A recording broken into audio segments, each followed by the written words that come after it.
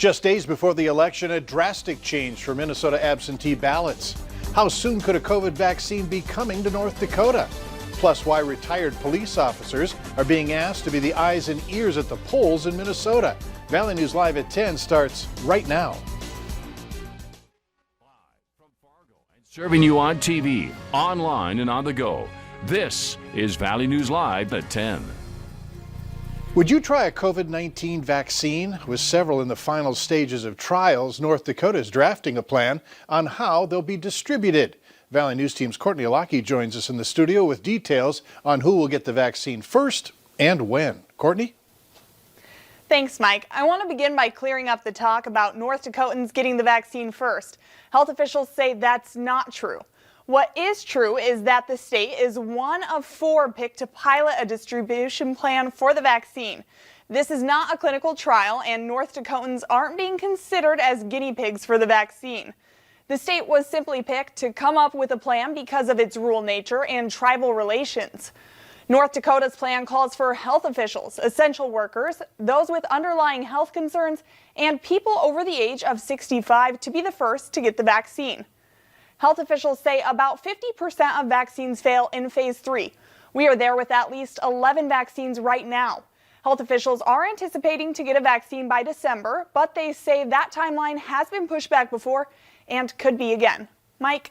All right, thanks, Courtney. About 200 sites in the state have shown interest in distributing the COVID-19 vaccine when it does become available.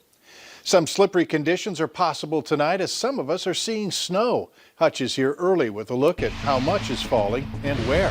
Hutch? Mike, thanks so much. Around that Highway 200 corridor here, we have a band of snow that's been persistent for the last 3 hours or so. It is beginning to accumulate on area roads. DOT for North Dakota reporting that some of it is sticking and covering area roads around that Highway 200 corridor again. So from Binford all the way out through the Mayville area, we're seeing snow, and out near Northwood and on into Nelson County, we have some snow. From time to time, we see these deep blue and even white pixels, indicative of some fairly large-sized flakes. So this persistent activity is continuing. It's drifting toward the FM area, but notice as it gets a little closer to us, it seems to wane in intensity. South of Sisseton now, we have some showers exiting that area as well.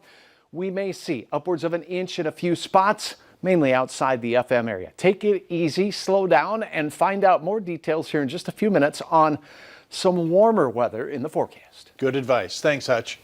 Minnesotans who thought they had until Election Day to get their ballot in the mail are having to make some drastic changes.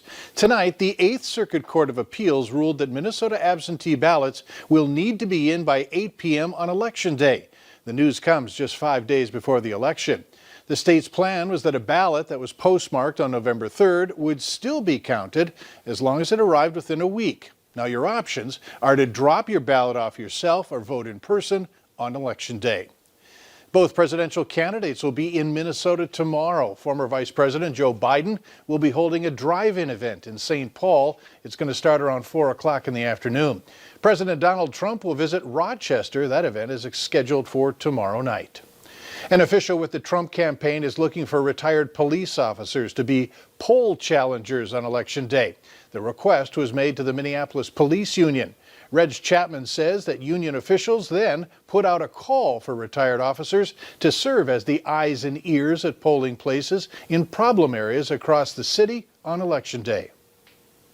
In the email sent by Senior Legal Advisor and Director of Election Day Operations for the Trump campaign, William Willingham asked for 20 to 30 former officers to work 4 to 8 hour shifts in problem areas as poll challengers. The email read, "We don't necessarily want our poll challengers to look intimidating. They cannot carry a weapon in the polls due to state law. We just want people who won't be afraid in rough neighborhoods or intimidating situations." Bob Kroll, president of the Minneapolis Police Federation, sent the request to Federation members, asking them to please share and email him if they were willing to assist. You can't just show up and say, "I'm here to be a poll watcher or challenger." Secretary of State Steve Simon says Minnesota has laws that limit the role of poll challengers on Election Day. The law in Minnesota is really clear on poll challengers. Every major political party gets one, only one per polling place. They have to designate that person in writing. And once the person gets there to be a challenger, they face some restrictions. They can't come within 6 feet of a voter. They can't speak to a voter. Simon says poll challengers can only act if they know the person whose eligibility they are questioning. It can't be based on a whim or a guess or a hunch or a bad vibe or a feeling. It's got to be something you know or believe that you know about that particular individual. Police officers cannot be stationed near polling places unless called upon by election workers to help. In a statement, Minneapolis Police Chief Madaria Arredondo says, "We will remain apolitical in our service and are focused on protecting our residents' most sacred democratic right, the right to safely cast their ballot without intimidation or interference." Federal district judge today blocked a call to hire armed paramilitia at polling sites in Minnesota. The judge prohibited the groups from deploying armed agents within 2,500 feet of any polling place during early election or on election day. North Dakota Governor Doug Burgum has moved 21 counties to the higher risk levels for COVID-19. Among them, 8 counties were moved from the yellow to orange, including Grand Forks, Ramsey, Walsh, Lemoore, and Towner. Cass County remains at orange, which is high but not critical risk level. North Dakota's University's system chancellor says he's receiving more reports of students asking for mental health services or just someone to talk to. Many students say that they're feeling lonely, but some are finding ways to help each other. It's remarkable to observe the students reaching out to other students. So student organizations are running books to the library or pick up things at the bookstore. Some of the campuses have reassigned faculty and staff to check in on students. We're definitely in this together. Some students say that it's worth taking the precautions if it means keeping others safe and getting things back to normal. North Dakota's superintendent of schools wants to hear from students on how to improve education. Kirsten Basler is asking students to apply for the superintendent's student cabinet. It's made up of about 20 students in grades 3 through 12. Members serve for 18 months. The deadline to apply is November 23rd, and the link to the application form can be found by clicking this story on our website. Go to valleynewslive.com. A 30-year-old man is facing charges of sexual assault and luring a minor where it's believed the victim is under the age of 15. Cody Ingebretson was arrested by the Foster County Sheriff's Office yesterday. He's being held at the Lake Region Correctional Center on a $10,000 bond. Fargo police say they've seen a significant increase in vehicle thefts compared to this time last year. This picture shows hot spots where thefts have occurred. So far, in October, they've taken 69 reports for a stolen vehicle. Last year, during the same time, 39. Police also say they've noticed a few guns stolen during the car thefts. They remind you to always lock your car.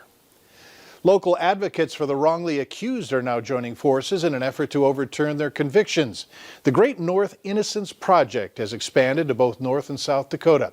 Since 2001, the group has helped free 7 men for crimes they didn't commit. Over the years, they've taken on cases in both Dakotas, making it a priority to expand their services. In my opinion, I don't think that the Innocence Project is criminal justice reform. I think it's actual justice. Their services are free, and they say in order for a case to be looked at, the person who is wanting help must be the one to write them a letter and must have no involvement with the case. And for more information on the Innocence Project, head to the VNL News app and click on this story. Still ahead tonight, the federal government says when a COVID vaccine is ready, it'll be free, who they now say is covering the cost of administration. And we have some white roads across east central portions of North Dakota. Snow showers will continue for a while, and we have some warmer weather to talk about. Stick around. I'll have those details coming up in a moment.